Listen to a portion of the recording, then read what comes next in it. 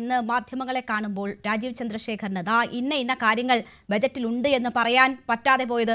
അദ്ദേഹം പറയുന്നു ഇതിനെല്ലാം കാരണം ഒന്നുമില്ലാത്തതിന് കാരണം സംസ്ഥാന സർക്കാർ ഒന്നും ചെയ്യാത്തത് കൊണ്ടാണ് എന്ന് പറഞ്ഞ് മാധ്യമങ്ങൾക്ക് മുന്നിൽ നിന്ന് പോകേണ്ടി വന്നു അദ്ദേഹത്തിന്. നോക്കൂ, ഇവിടെ ഇപ്പോൾ വടക്കൻ കേരളത്തിൽ നിന്ന് CPM നയിക്കുന്ന ജാഥ, MV ഗോവിന്ദൻ നയിക്കുന്ന ജാഥ ആരംഭിച്ചിരിക്കുന്ന ദിവസമാണ്. എന്തായിരിക്കും ആ ജാഥയിൽ ജനങ്ങളോട് CPM പറയാൻ പോകുന്നത്?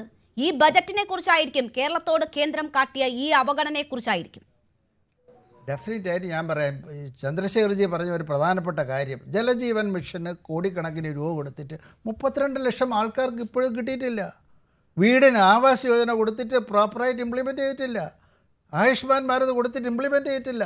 കൊടുത്ത പ്രോജക്റ്റിൻ്റെ പൈസ എല്ലാം ഡൈവേർട്ട് ചെയ്ത്, ഈവൻ ഷെഡ്യൂൾഡ് കാസ്റ്റിന് കൊടുത്ത പൈസ പോലും ഡൈവേർട്ട് ചെയ്ത് അത് വേറെ അവരുടെ പേഴ്സണൽ ഇൻട്രസ്റ്റിനോ അല്ലെങ്കിൽ പാർട്ടി റിലേറ്റഡ് വർക്കിനോ അല്ലെങ്കിൽ ആൾക്കാരുടെ അവരെ ഇഷ്ടമുള്ളവരെ അപ്പോയിൻറ്റ് ചെയ്യുന്നതിനോ ഡൈവേർഷൻ ഓഫ് ഫണ്ട്സ്, അക്കൗണ്ട് കൊടുക്കാതിരിക്കുക, പ്രോപ്പറായിട്ട് റെസ്പോണ്ട് ചെയ്യാതിരിക്കുക, ഓഡിറ്റ് ചെയ്യാതിരിക്കുക. പിന്നെ എങ്ങനെ കേന്ദ്രത്തിൽ നിന്ന് ഫണ്ട് വരും?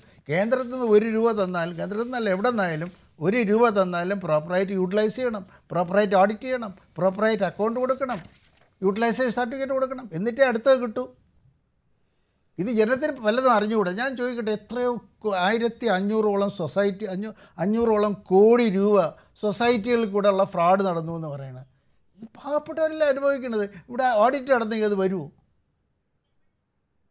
V are in bankruptcy, we are in chaos, we are in disaster. നമുക്ക് ഗവേണൻസ് ഇല്ല. ഇവിടെ ആകെ ഞാൻ ഒബ്സർവ് ചെയ്യുമെന്ന് പറഞ്ഞു കഴിഞ്ഞാൽ ഫണ്ട് കടമെടുക്കുക, അത് പാർട്ടി പെൻഷന് പ്രധാനമായിട്ട് പോയി പാർട്ടി ആൾക്കാർക്ക് പെൻഷൻ കൊടുക്കാൻ ഉപയോഗിക്കുക, അല്ലെങ്കിൽ സാലറി കൊടുക്കാൻ ഉപയോഗിക്കുക, അല്ലെങ്കിൽ പാർട്ടി നർച്ചർ ചെയ്യാൻ ഉപയോഗിക്കുക, കേഡർ സ്ട്രെങ്ത് കൂട്ടാൻ ഉപയോഗിക്കുക. ഞാൻ ചോദിക്കട്ടെ, കേരളത്തിൽ 3.6 കോടി ജനങ്ങൾക്ക് വേണ്ടിയാണ് ഈ ഗവൺമെൻറ് വർക്ക് ചെയ്യുന്നത്. This government is for their party cadre ഉള്ളി. നിങ്ങൾക്കൊരു അപ്പോയിൻമെൻറ്റ് കിട്ടുമോ പാർട്ടി കേഡറിലല്ലെങ്കിൽ? നിങ്ങൾക്ക് പിന്നെ എന്ത് ഫെസിലിറ്റി കിട്ടും? ഈവൻ ദി സ്കീംസ് കിട്ടണമെങ്കിൽ പോലും, വീട് കിട്ടണമെങ്കിൽ പോലും നിങ്ങൾ പാർട്ടി കേഡറിലേക്ക് കിട്ടുമോ? Is it an equitable state? Are they doing justice? ഇതൊക്കെ പച്ചയ പരമാർത്ഥമാണ് നടക്കുന്നത്.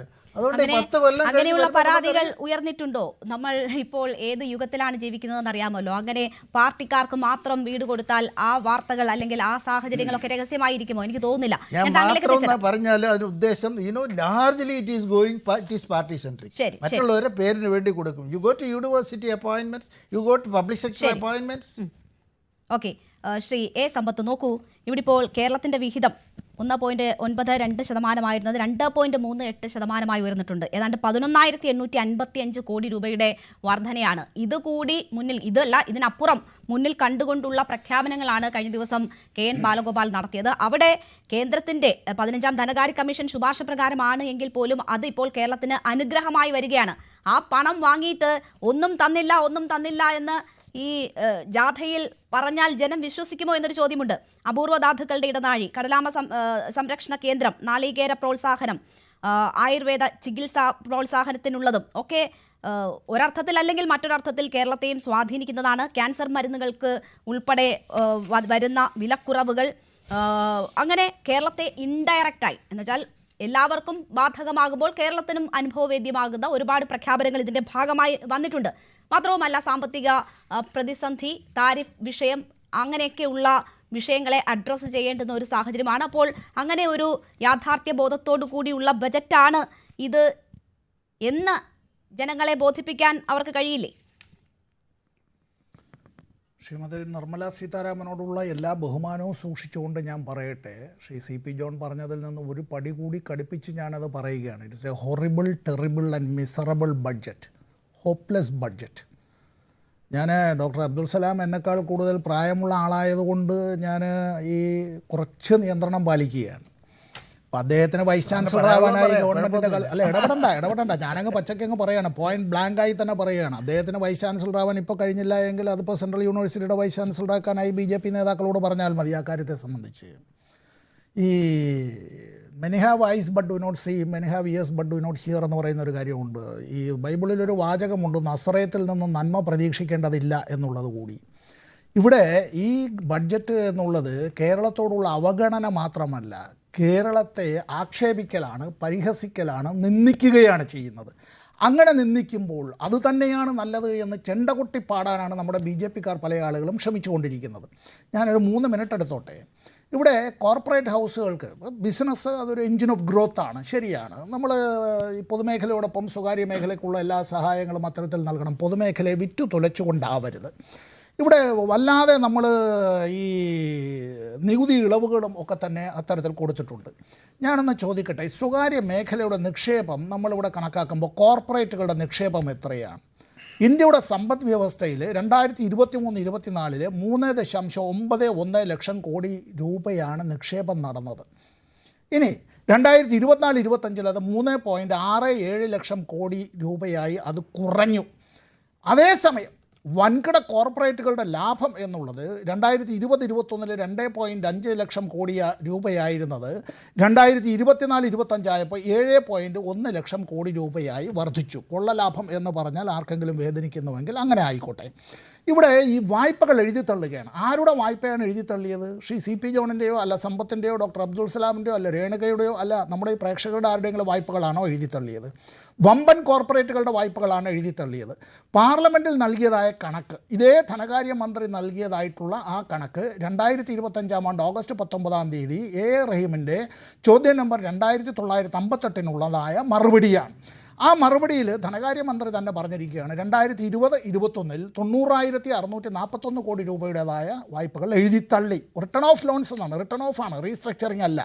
2021-22 57,541 കോടി രൂപ, 2022-23 72,108 കോടി രൂപ, 2023-24 58,359 കോടി രൂപ, 2024-25 എത്താൻ പോകുന്ന 70,000 കോടി രൂപയ്ക്കപ്പുറമുള്ള നിലയിലേക്ക് എത്തുകയാണ് ഈ കാര്യത്തിനെ സംബന്ധിച്ച്.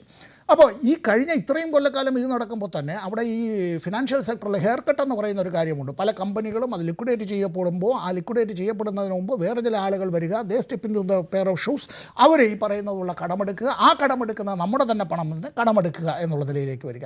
ഇപ്പോൾ ഇവിടെ പറഞ്ഞ ഇതെല്ലാം എഴുതി കൊടുത്താൽ ഇത്തരം കാര്യങ്ങൾ കിട്ടും. ഞാനൊന്ന് ചോദിച്ചോട്ടെ, ഈ കേരളത്തിൽ ഇവിടെ ഈ കൊല്ലം കോട്ടപ്പുറം പാത ഉൾപ്പെടെ കേരളത്തിൻ്റെ തെക്ക് മുതൽ വടക്കേയറ്റം വരെയുള്ള ജലപാത ബന്ധിപ്പിക്കുന്നതിന് വേണ്ടിയുള്ള പ്രോജക്റ്റ് കൊടുത്തിട്ട് എത്ര വർഷമായി?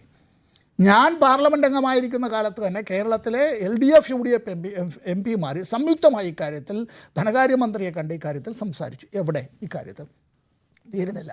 കേരളത്തിലെ റെയിൽപാത, ആ റെയിൽപാതകൾ നവീകരിക്കുന്നതുമായി ബന്ധപ്പെട്ട് അതുപോലെ തന്നെ പുതിയ തീവണ്ടി സർവീസുകൾ വരുന്നതുമായി ബന്ധപ്പെട്ടകൾ ഞാൻ ഒരു മിനിറ്റ് എടുത്തോട്ടെ.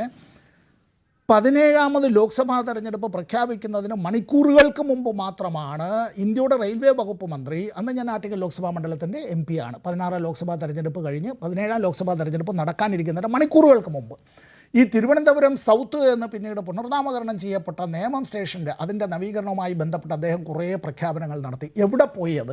വെള്ളത്തിൽ വരച്ച വര പോലെ തെരഞ്ഞെടുപ്പ് പ്രഖ്യാപിക്കാനിരിക്കുകയാണ്. അതിൻ്റെ മണിക്കൂറുകൾക്ക് മുമ്പാണ് ഓൺലൈനിൽ അത്തരത്തിൽ അദ്ദേഹം വീഡിയോ കോൺഫറൻസിങ്ങിൽ കൂടിയാണ് ഈ കാര്യങ്ങളെല്ലാം അവിടെ ഉദ്ഘാടനം ചെയ്തു. പ്രോജക്റ്റ് കൊടുക്കാത്തത് കൊണ്ടാണ് കിട്ടാത്തത് എന്നാണ് പറയുന്നത്. ഇവിടെ എന്താണെന്ന് പറഞ്ഞാൽ BJP-ക്കാരുടെ ധാരണ, നിങ്ങൾ ഉൾപ്പെടെയുള്ളവർ കേന്ദ്ര സർക്കാർ എന്ന് പറയുമ്പോൾ ഇവർക്കെല്ലാം ഉള്ളൊരു മിഥ്യാധാരണയുണ്ട്.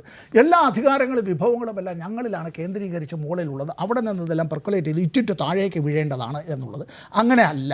India that is shall be A union of States. സംസ്ഥാനങ്ങളിൽ നിന്നാണ് പിരിച്ചെടുക്കൽ, സംസ്ഥാനങ്ങളിൽ നിന്ന് പിരിച്ചെടുക്കുകയാണ്. ആ പിരിച്ചെടുക്കുന്ന തുകയാണ് ഈ മൊത്തം ഇവിടെ ഈ പറയുന്നതായിട്ടുള്ള ഭരണനിർവഹണത്തിൻ്റെ 78% നിർവഹിക്കുന്നത് സംസ്ഥാനങ്ങളാണ്. 78%.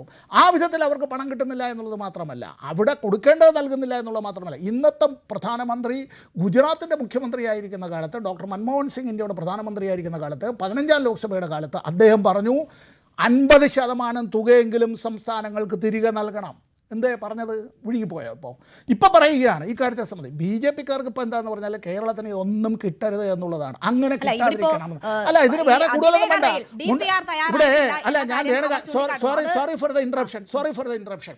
വയനാട്ടിൽ ദുരന്തമുണ്ടായി, പ്രകൃതി ദുരന്തം വന്നു, കണ്ടു, കെട്ടിപ്പിടിച്ചു, പോയി, പണമെടുത്തു. എവിടെ തന്നു പണം? ഇക്കാര്യത്തിൽ ഇവിടെ ബഹുമാനപ്പെട്ട ഹൈക്കോടതി തന്നെ ഇടപെട്ടു. ഇവിടെ പാവപ്പെട്ട ആളുകൾ എടുത്തതായിട്ടുള്ള വായ്പകൾ, നിങ്ങൾ ആ വായ്പകൾ എഴുതിത്തള്ളുന്നതിനെ സംബന്ധിച്ച് ഒരക്ഷരം വേണ്ടിയിട്ടില്ല BJP-യും ഇന്ത്യ ഗവൺമെൻറ്റും.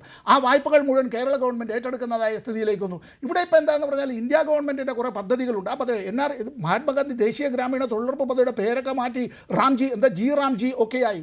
ഇപ്പോൾ ഫലത്തിൽ 86,000 കോടി രൂപയുടെ 50,000 കോടി രൂപയുടെ വെട്ടിക്കുറകൾ ഇപ്പോൾ തന്നെ ഉണ്ടായി. ഉണ്ടായി. ഈ BJPയുടെ സഖ്യകക്ഷിയായിട്ടുള്ള തെലുങ്കുദേശം പാർട്ടി പറയുകയാണ് ഇത് നടപ്പാക്കണമെങ്കിൽ ഞങ്ങൾക്ക് 2500 കോടി രൂപ ഈ വർഷം തന്നെ ലഭിക്കണം, എങ്കിലേ ഇത് നടപ്പാക്കാൻ പറ്റൂ. ഈ 40% ഭാരവും സംസ്ഥാനങ്ങളുടെ തലയിലേക്ക് കെട്ടിവെക്കുകയാണ്. പണമല്ല ഇങ്ങ് വരട്ടെ എന്നാണ്, എല്ലാ പണവും ഇങ്ങോട്ടേക്ക് വരട്ടെ എന്നാണ്, ഞങ്ങളിത് വീതി ചിത്രത്തിലെല്ലാം കൊടുത്തുകൊള്ളാം എന്നുള്ള നിലയിലേക്കാണ്. അത് ഞങ്ങൾ കോട്ട് ചെയ്താൽ, അങ്ങനെയാണല്ലോ ഒരു മന്ത്രി യൂണിയൻ സഹമന്ത്രി ഇവിടെ ഒന്ന് പറഞ്ഞിട്ട് പോയത് തന്നെ ഭരണഘടനാ ലംഘനമാണ്. ഞങ്ങൾ കോട്ട് ചെയ്താൽ എന്നുള്ള നിലയിലേക്ക് ഇവിടെ ആർക്ക് വോട്ട് ചെയ്യുന്നില്ല എന്നുള്ളതല്ല. കേരളത്തിൻ്റെ റെയിൽവേ വികസനത്തിന് ഏറ്റവും മുന്തിയ പരിഗണന നൽകിയിട്ടുള്ളത് പ്രൊഫസർ മധു ദന്തവതെ 1977 റെയിൽവേ മന്ത്രിയായിരിക്കുമ്പോഴാണ്. അങ്ങനെയാണ് തിരുവനന്തപുരത്ത് റെയിൽവേ ഡിവിഷൻ സ്ഥാപിതമാകുന്നത്. തിരുവനന്തപുരം സെൻട്രൽ തൊട്ട് തെക്കോട്ട് കന്യാകുമാരിയിലേക്കുള്ള റെയിൽപാതയ്ക്ക് വേണ്ടിയുള്ള തുടക്കമെല്ലാം കുറിക്കുന്നത് അങ്ങനെയാണ്. MP-മാർ 20 പേരും അങ്ങനെ ഇന്ത്യ ഗവൺമെൻറ്റിന് പിന്തുണ കൊടുത്തുകൊണ്ടൊന്നുമല്ല അന്ന് സംഭവിച്ചത്.